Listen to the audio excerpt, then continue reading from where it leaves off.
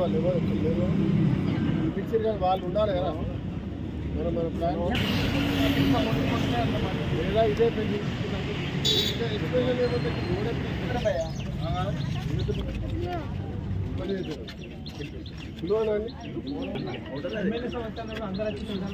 Powder sanitization ఎవరైనా గట్టిగా మాట్లాడితే ఎమ్మెల్యే గారు గట్టిగా మాట్లాడారంటారు. ఇది ఒకసారి కలెక్టర్ గారు ఇది మీకు పంపిస్తున్నారు. వెంబటే సస్పెండ్ చేయకపోతే ఈ ప్రభుత్వానికి చెడ్డ పేరు రావడం, మీకు చెడ్డ పేరు రావడం ఖాయం. నేను అధికారుల నిర్లక్ష్యం ఇది పౌడర్. ఒక్క నిమిషం మీరు దగ్గర ముక్కు పెడతాను ప్లీజ్. కమ్ ఇక్కడ ఉందా? ఇది వాళ్ళ యొక్క నిర్లక్ష్యం. ఇక పేద ప్రజలు ఆరోగ్యంగా ఉండాలంటే ఏ రకంగా ఉంటారో ఒక్కసారి ఆలోచించారు. ప్రభుత్వం ఏమో పూర్తి స్థాయిలో చేయాలని అన్ని రకాల సహకరిస్తూ ఉంటే కొంతమంది తప్పుడు ఆఫీసర్ల ద్వారా నష్టం జరుగుతూ ఉంది. కలెక్టర్ గారు నేను కోరుతా ఉన్నా, ఇది తప్పు. కమిషనర్ గారు దీని మీద మీరు యాక్షన్ తీసుకోవాల్సిందిగా నేను రాతపూర్వకంగా ఇస్తా ఉన్నాను.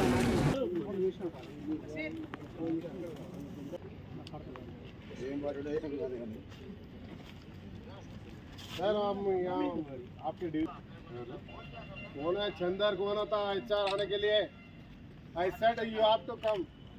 That was my request. You didn't come. Nobody has come.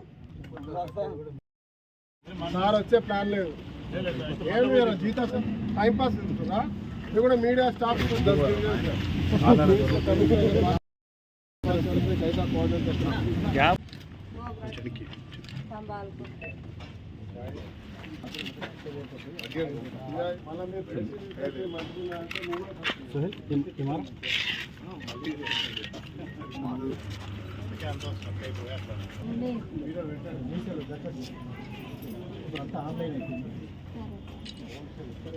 Phone కూడా లేదు.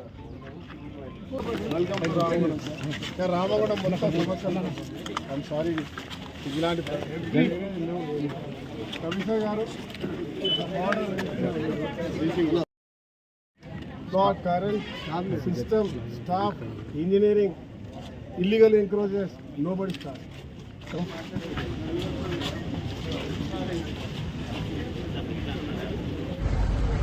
దానికి వాళ్ళ ఎస్టిమేషన్ ఇస్తే ప్రిన్సిపల్ పవర్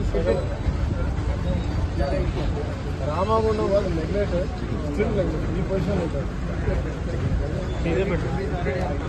దీని మీద దానికి ఎందుకు దీనికి విలువ అవుతుందా అని డబ్బులు కట్టకుండా వాళ్ళ నాళ్ళ పని చేస్తారో ఇంకేదో ఒక క్రియేట్ చేసే పని చేయండి.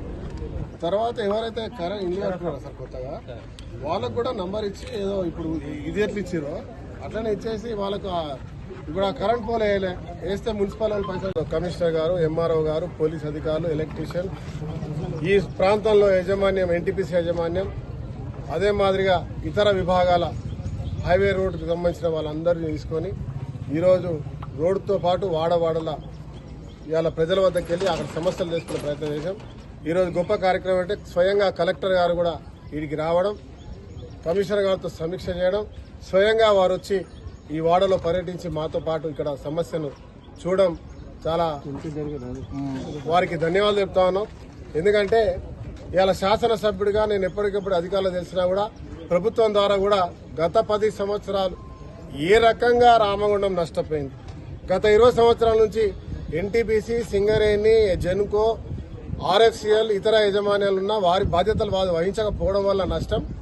కార్పొరేషన్ కూడా నిమ్మకు నీరుతో ఉండడం వల్ల అప్పుడున్నటువంటి ప్రజాప్రతినిధులు మాట్లాడకపోవడం, ఒత్తిడి తీసుకురాకపోవడం వల్ల జరిగిన నష్టాలను ఒకసారి నెమరేసుకుంటూ ఈ రోజు నుంచైనా ఇప్పటికైనా ఎవరి డిపార్ట్మెంట్స్ వాళ్ళు అన్ని ప్రాంతాల్లో వారు చేయాల్సినటువంటి పనులు వారు చేయాలి. వాళ్ళు దత్తత తీసుకున్న గ్రామాలను చేయాలి. అదే మాదిరిగా వారి బాధ్యత కూడా కార్పొరేషన్తో పాటు కార్పొరేషన్కు సహకరించడానికి అన్ని డిపార్ట్మెంట్లు ముందుకొచ్చి పనిచేయాలి.